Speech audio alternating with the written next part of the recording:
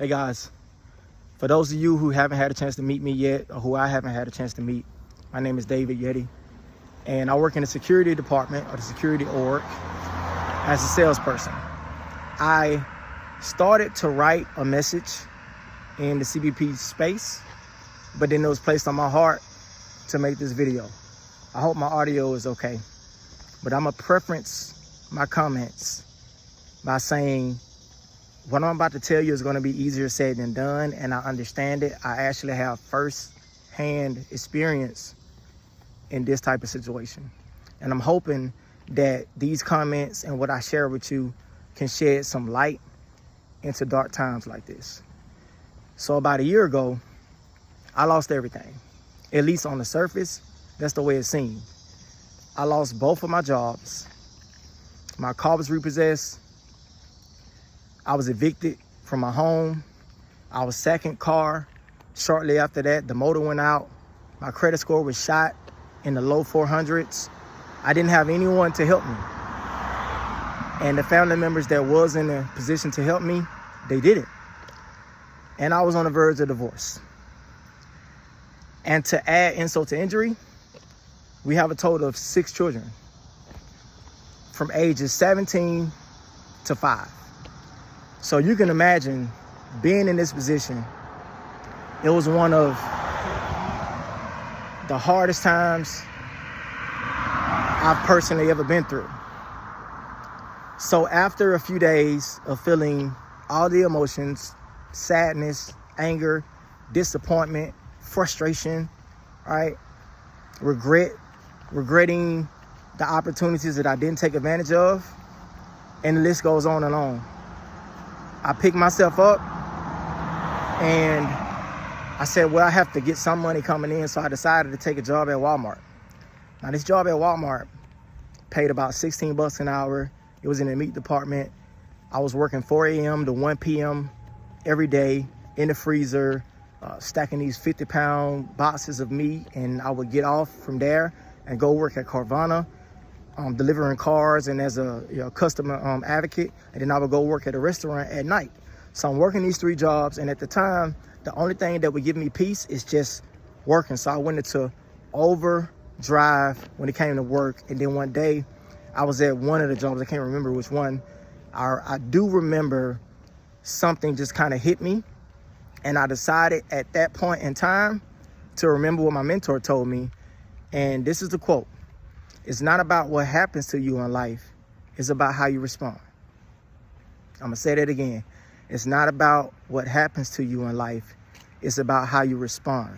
And at that moment in time, I decided that I would never give up on myself again, and I would never give in to any circumstances. In the past, I would hit hard times and I would give up. Now, giving up you can give up in a multitude of things. You can do it in different type of ways. You can stop pursuing certain goals. You can pivot towards something else. You can get back into some of your old habits that you may have given up for goals and whatever the case may be. And I decided that day, I was not ever going to give in, right? And this is what I want to leave with you. I decided that I was going to give myself 48 hours to feel all of the feelings that I was feeling at the time. And after those 48 hours, I was going to create a plan to never put myself in that particular position again. Now, granted, I understand that we're going to run into things that we don't have control over. But if you remember the quote, it's not about what happens to you, it's about how you respond.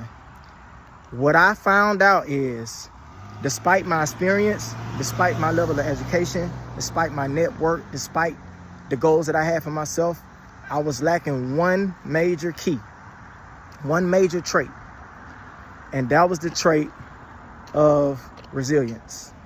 Resilience, stickability, right? Perseverance, they all kind of mean the same thing.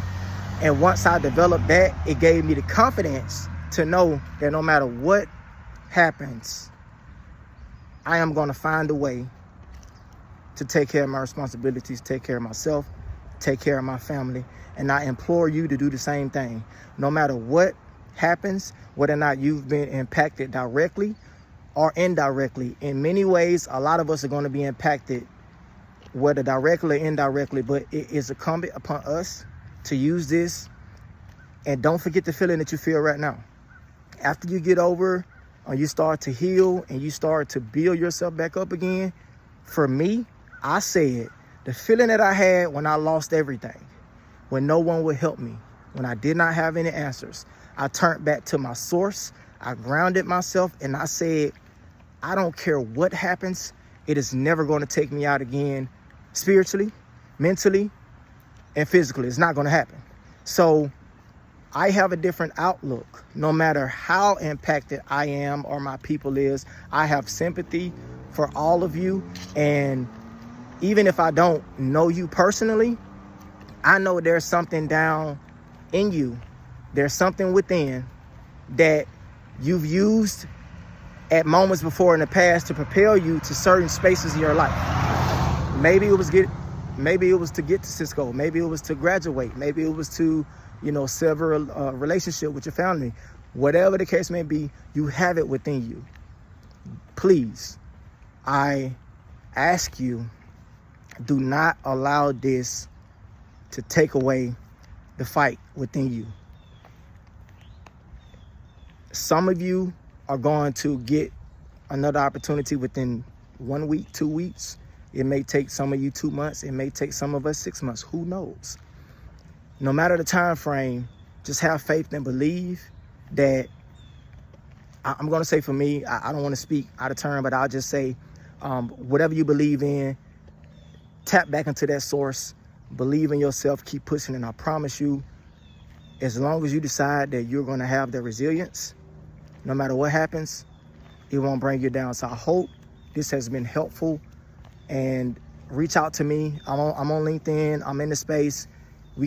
I'll give you my phone number. We can hop on a call, right? I'm in Atlanta. We can meet somewhere in Atlanta. Whatever it is that you need, whatever it is that if I don't have it, maybe I know someone that can help you, man. So I hope this helps. I love you guys. I'll talk to y'all soon.